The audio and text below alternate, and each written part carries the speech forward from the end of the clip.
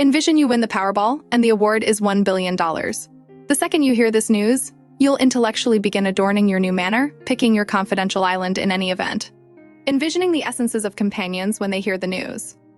In any case, consider the possibility that the lottery authorities will not pay you.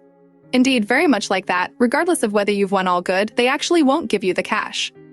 Could you at any point envision how that could affect you? Indeed, you don't need to envision any longer since this has happened to many individuals, and we will show you how they responded. Number 10 incidental mistake. On January 6, 2023, a man from Washington, D.C. John Chicks got himself a Powerball ticket. He picked numbers that were near his heart. They were generally family birthday events and other huge dates.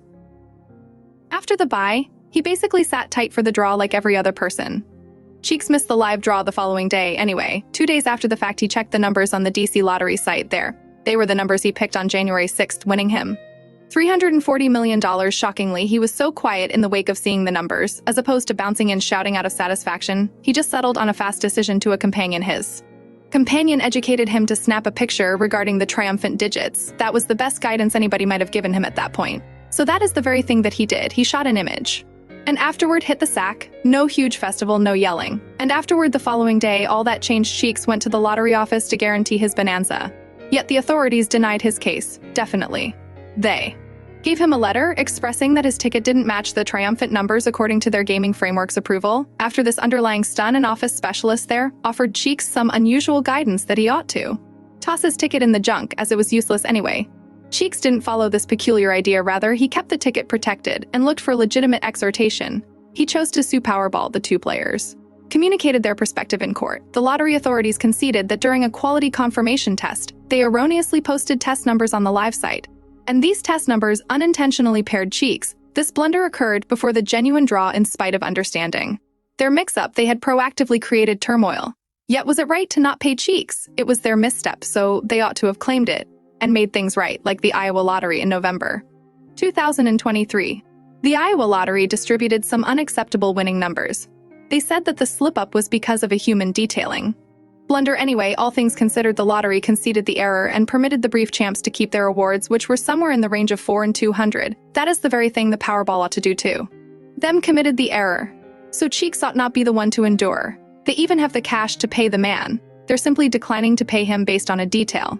However, imagine a scenario where the lottery needs to pay, yet they don't have the cash. Yes, this has happened to certain individuals too. Number 9, unfortunate. Back in 2015, the territory of Illinois was somewhere down in the red as it owed more than $64 billion us.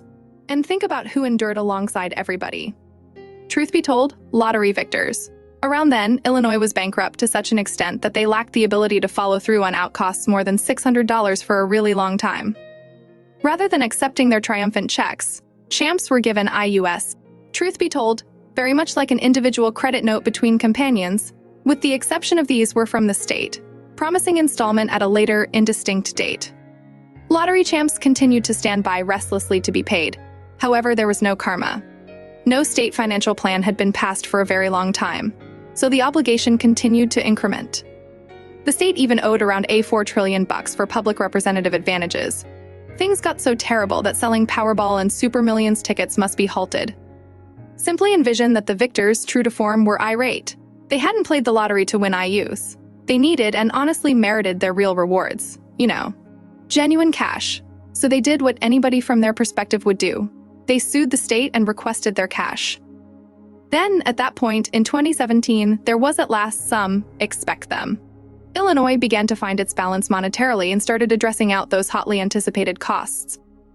Eventually, every one of the victors got what they won. They got every single penny of it. They needed to hang tight for quite a while. Yet all's well that closures well, correct? Be that as it may, this wasn't true with this next couple who won the bonanza. Martin and Kay, and think about what they unconsciously struck a gold. The couple scored $3 million in the sweepstakes, which is around $3.8 million us, yet entertainingly. They had zero thought they'd won. They never checked the quantities of their triumphant ticket, so the cash remained unclaimed for a portion of a year. Their extraordinary ticket was simply well out there, and they were confused. Then, following a half year, the public lottery basically began yelling on the TV, asking the victors to move forward. It was without even a second's pause that Martin and Kay recalled the lottery was showing the very numbers that they'd been playing consistently. Stand by a second, did they really win a long time back? That is the point at which the energy hit them. They raced to snatch the ticket. Yet, think about what they couldn't find their ticket anyplace. It was essentially lost. Still, they weren't prepared to surrender. Easily, they began going through their records and receipts, and yes, they found the proof they required. They tracked down a receipt from the neighborhood shop from where Kay had purchased that lottery ticket. They were glad that now they planned to get compensated.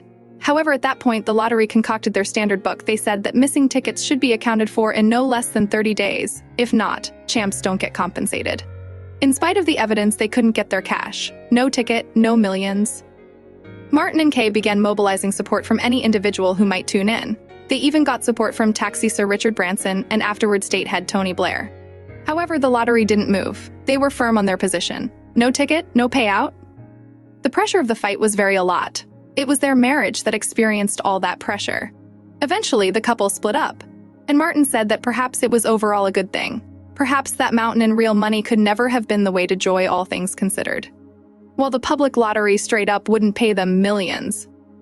This next victor got compensated indeed. Yet you will have a hard time believing us when we let you know the sum number 7 machine fall flat. Veronica Castillo is a lady who lives in Oregon. She's a home loan credit official. In 2015, she went on a relaxed outing to the Fortunate Falcon Gambling Club in Rochester, Washington, with her mother. There, she chose to take a stab on the gaming machines, so she set in $100. Bam, the light blazed, and the machine told her she just won an incredible $8 million for like 5 minutes. She was a multi-tycoon. However, at that point, reality crashed down on her. The gambling club staff came over and just nonchalantly said they were heartbroken. Mal worked very much like that. She lost her millions. From that point forward, what they did was crazy. They just switched off the machine, set it aside, and gave her a small $80. All things considered, indeed, from an extraordinary $8 million to only $80, it turns out there was a minuscule sticker on the machine that says a breakdown voids all rewards. Veronica was irate at that point, and she had all the option to be. She felt cheated and said that the club was pulling a major extortion. It made her contemplate the number of others could have been hoodwinked this way. That was when Veronica chose to enlist a legal counselor. She said that she did it not only for the award, she needed equity, and to ensure this doesn't occur to any other person. In the interim, the gambling club president, John Saderstrom, asserted that he had seen nothing like this. He vowed to examine with the machine's producer and said over and over that no machine there offers such a tremendous bonanza and that it was only an error. The gambling club later made an announcement about the supposed showcase glitch and said that they were sending the machine for an exam. However, was Veronica to blame? It was not really the gambling club's machine that failed. It was the gambling club's issue. They ought to have paid her. Yet unfortunate Veronica. Ideal spot wrong machine. Yet in some cases not simply misfortune makes you lose. Here and there you're simply imbecilic. Similar to these two dearest companions.